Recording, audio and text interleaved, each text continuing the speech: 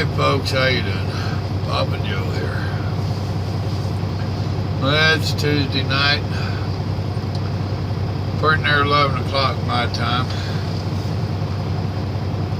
Knocked out my 11 hours. Almost knocked out my 14. What a day. Hold on a minute. Alright, I'm back with you. Oh, what a day. Woke up to a solid sheet of ice. Very little snow on it.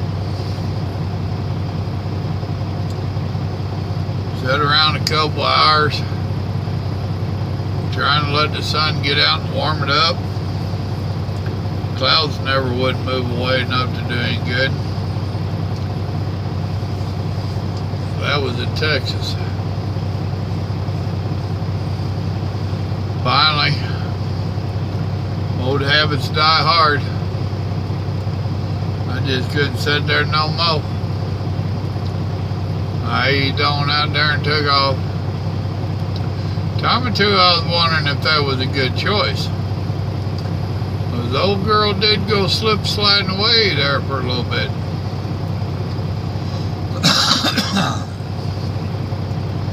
But luckily I've got a couple weeks experience out here. Between that and the good Lord looking out for poles,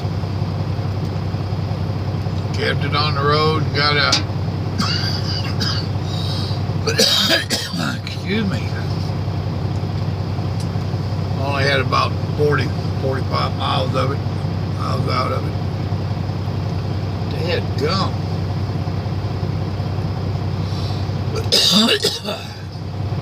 Well, I left my soda in the back. Just took my evening meds and evidently one of them stuck. I'll be back in a minute. Alright, let's see if that'll help. So anyway, I got to the yard, used up about a half mile of it getting there. Got there and they shot me my dispatch. Going out to the Denver, Colorado area. I got a little perturbed. Sent him a text. I said, what happened to my regional run? Oh, what? Denver is regional. I sent him back, no, I'm supposed to be Oklahoma and Texas. He wouldn't comment no more.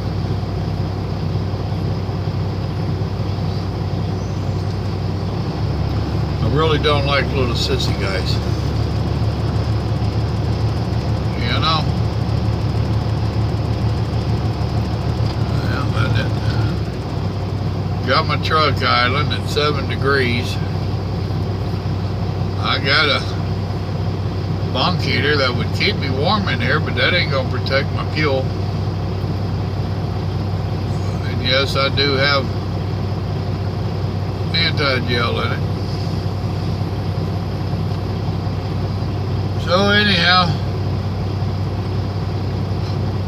I dropped my trailer and did my paperwork, put over by the shop, put in my DEF. I asked the mechanics to replace a glad hand grommet. When I took my glad hands off, the grommet stayed with the trailer. This pros on bad. I like not got the bill box open to put the bills in it. I had to pry it open. It was cold. And there was ice on everything. Oh. Well, then I went on in the office and turned in my paperwork. And went and started to have a chat with the general manager. She sits in there with other dispatchers. Me and her start to iron out what's going on.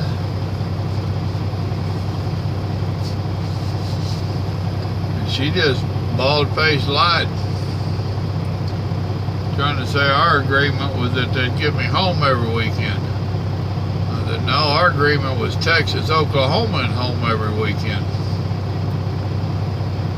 Then another dispatcher, not mine, he started running his mouth. He got a taste of my temper. Ain't too often I lose my temper. I kept decent control of it. I guarantee you when I left the office, they all knew I was not a happy old man. Oh.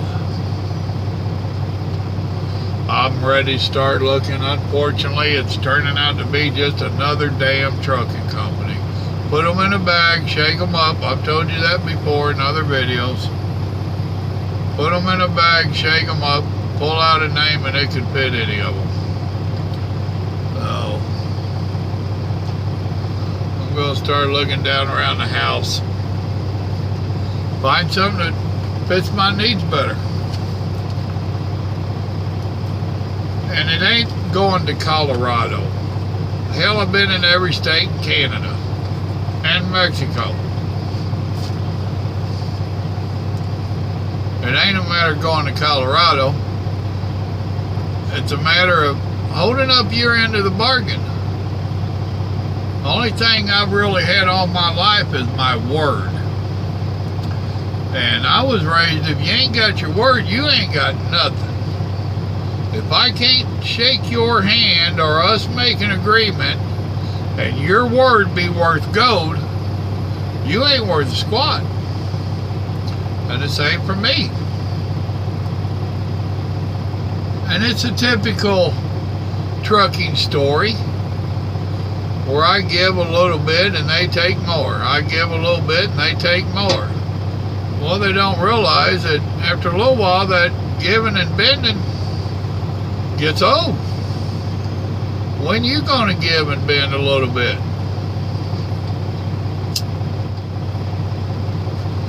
Now Monday I had a doctor's appointment. And yeah, I'm alright, I'm just getting old. He knew I had 11 o'clock appointment. I live over an hour north of Houston. And 11 o'clock doctor's appointment, and he gives me a 2 o'clock pickup in Houston. Really? I shot him a message. Well, now, first off, Friday he was telling me that he thought he'd get me I think I can get you the whole day off. Because I told him, I said, I'd just soon have the whole day off. I said, 11 o'clock appointment. Time I get out there, noon, more or less. But you know they're going to try to get everybody out for lunch. I said, by the time I get my meds, we're looking at 2 o'clock. We all know Walmart Pharmacy. By the time I get to Houston, it's going to be well after 3 o'clock. Time I get loaded, we're looking at well after 4 o'clock. Well, that's rush hour. I said, I'd just soon wait until Tuesday morning. Well, boss ain't going to like that, but I'll get an ass chewing either way.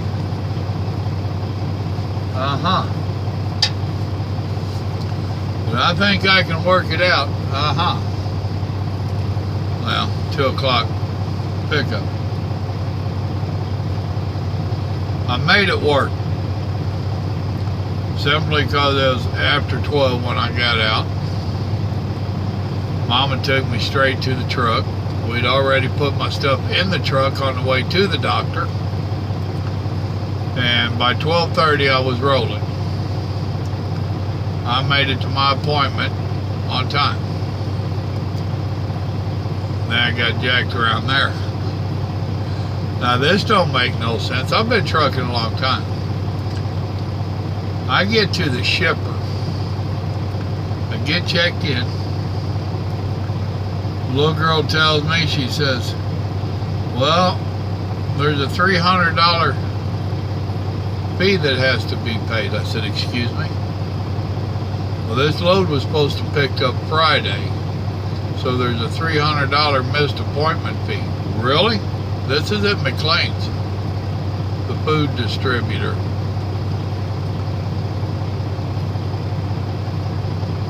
I said, we just got this load today. She said, well, it was supposed to be picked up Friday. Somebody got paid for it. We can load it. Really? I would suggest you go talk to your dispatcher. Oh, thank you. Wish I'd thought of that. I'll go call dispatch, let him know. He calls the broker, and the broker pays the $300. That right there tells you what kind of markup they got on these loads. He never batted an eye.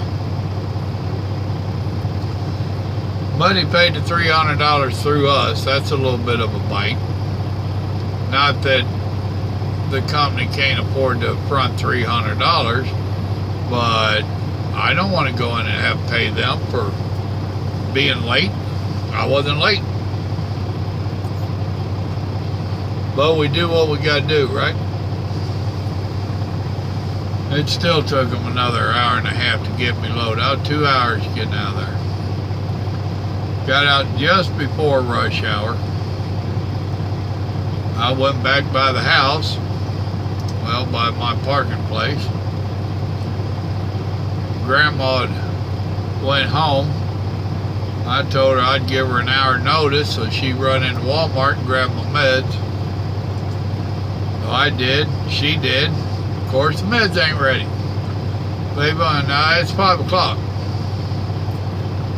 They've had 5 hours to get them meds ready, and they're not ready. That's Walmart.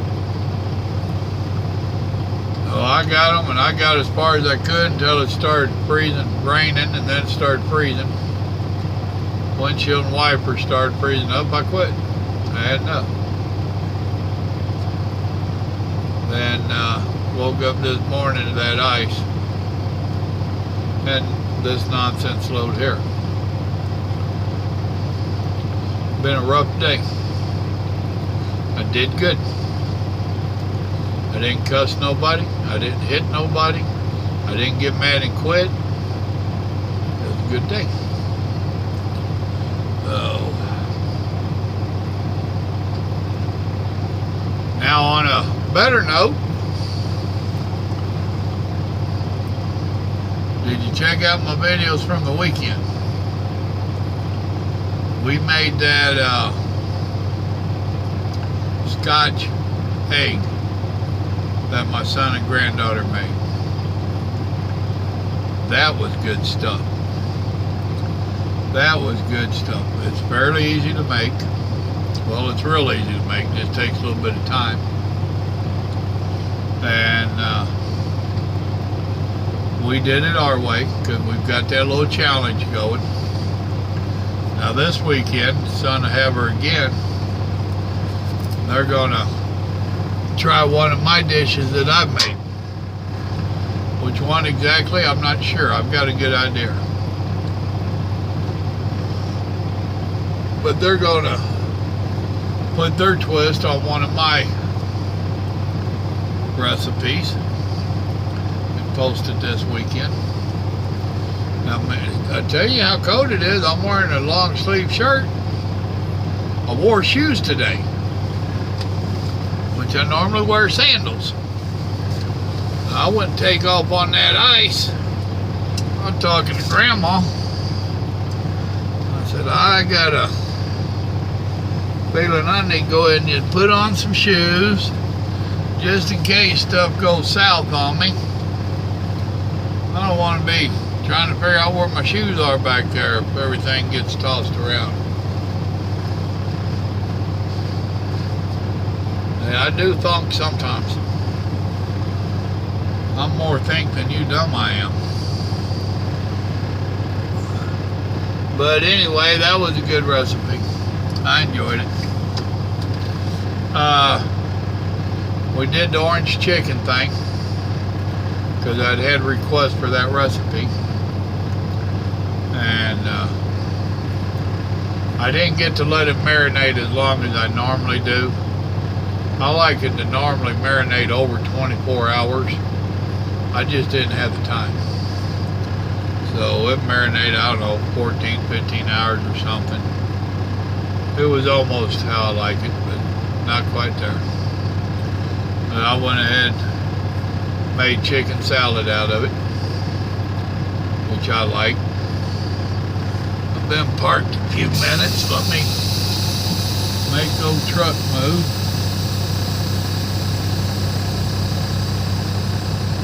I went to pull out this morning, and my tractor brakes was froze up big time. I rode her back and forth a time or two and made them bust loose. And when they pop, boy, do they make a noise.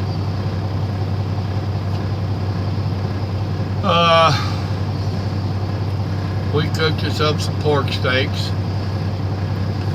I got them in the back. Made that chicken salad.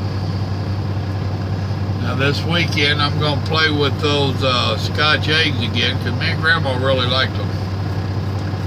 I'm going to do a little bit more of a twist to them. And I was telling her, I've got boudin balls out here on the road before, and I like boudin. I love boudin. But the boudin balls that you get out here has got too much rice in them, and they're too greasy. So I was telling her a couple ideas I got on what to do with the Scotch eggs and the boudin balls. So we're gonna make more. Yeah, I said it right. We're gonna make more of the Scotch eggs this weekend. Put a little bit of a different twist to them. Then we're gonna have a go at making boudin balls. Actually, it's gonna be a sausage boudin ball. I'm gonna use somewhat the same mixture that I used the other day, which was sausage and boudin, and then the egg wash and crumbs, which we're gonna change up our crumbs. And then we're gonna try the boudin balls, and normally they're not egg washed and coated, but we're gonna egg wash and coat them too. Why not, you know? So then I'll throw some French fries in the fryer there. For one of our meals, we're going to have boudin balls and French fries, and probably a ranch style bean or something with it. And she had got that pork loin that we did not cook, but we'll probably do something with that pork loin. I ain't sure exactly what, but something. But yeah, check out the Scotch egg. I kept wanting to call it Scottish egg, and Grandma kept correcting me. It is Scotch, just like Scotch tape. So then I started calling it duct tape. It's duct tape egg, baby. She didn't like that. She ain't got my sense of humor. She'd like her breathing. I tried to get her to just stop breathing while we're filming. She won't do that either. She's hard to get along with at times. I was talking to my boy today, and I've been checking out some places to get some clothes. I'm a decent sized fella. I'm 270 pounds. I ain't ashamed. I'm just right at 6 foot, 5'11". And that's a new shirt I'm wearing there because it's so hard for me to get tall shirts that are a little bit extra long. So as I've gotten older and put on weight, I get the comments about my belly showing, and is that where you put the credit card and all that nonsense. Ha ha ha. So I've been doing a little bit of research on where to get some better fitting clothes for big guys. And he was telling me that I should do another channel on here And as I find these places and I order up the stuff, if it's worth a damn, to tell you all about it, put a link in there where y'all can find it. Now my question to y'all is it worth my time to do it? If I have done this research and I offer you the information, are you going to use it? And if you don't care and you're a big boy and you can find your own clothes, you know, or would this be something that'd be helpful? That's what this channel is pretty much about anyway, trying to be helpful. But would this be helpful, or is it just some extra work on me and my boy that we don't need to do? Y'all let me know. Cause I'm gonna find, I've got a couple good leads on some decent clothes. And I'm really not wanting the made in China, where when you buy the 2X long, it more like a large. So anyhow, that's something we're toying with. Just another little something that might help you out if you're interested.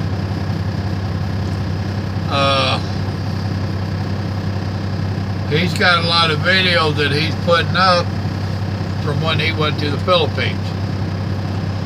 I told him today to just make him a new library for it and call it Little Joe in the Philippines.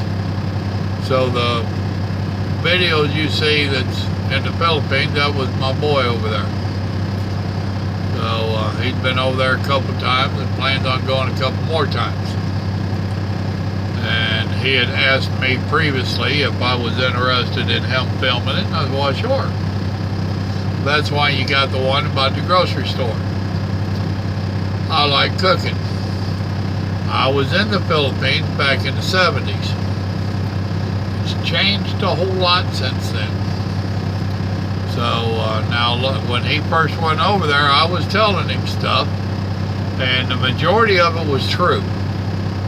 Some of it didn't apply to this day and age, because they have changed. So when he was over there and we was talking through the Facebook thing, whatever you call that video chat deal, he had told me he had found a pretty big, decent store over there. Would you be interested in me doing a walkthrough on the store? Show you their store compared to ours? And I was, sure, I'd love it. So he did.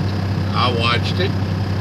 I told him the only thing I could complain about on the video, I said, is I wish you'd spend a little bit more time in the meat section. I said, you know how I am. And he thought he had spent a little bit of time back there, and he really didn't. So, maybe next time. But anyway, now you know what those videos are about. So if you're interested in another country, he's gonna put one up about having a tooth pulled or something. I don't understand that one. But by all means. Anyhow, the main reason for going over there, it's got to do with his masters, and he's doing some research on farms over there. Well, while he's doing that, he happens to take in a little bit of messing around too. Do a little sightseeing. Can't blame him. So you got to get to know the culture before you can know if you can help.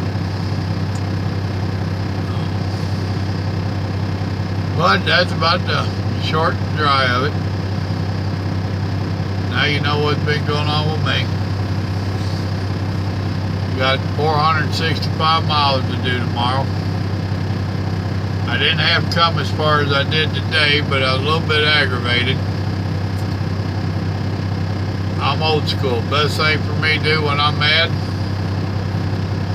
drive. And windshield miles is the best way for me to clear my head or work through an issue. So that's what I did. If it hadn't been for that electronic log, I'd still be driving. Hell, I might make Denver tonight. But electronic logs stop that nonsense. Alright folks, that's all I got for you. Remember, God loves you, and so do I. Y'all stay safe out there. Good night.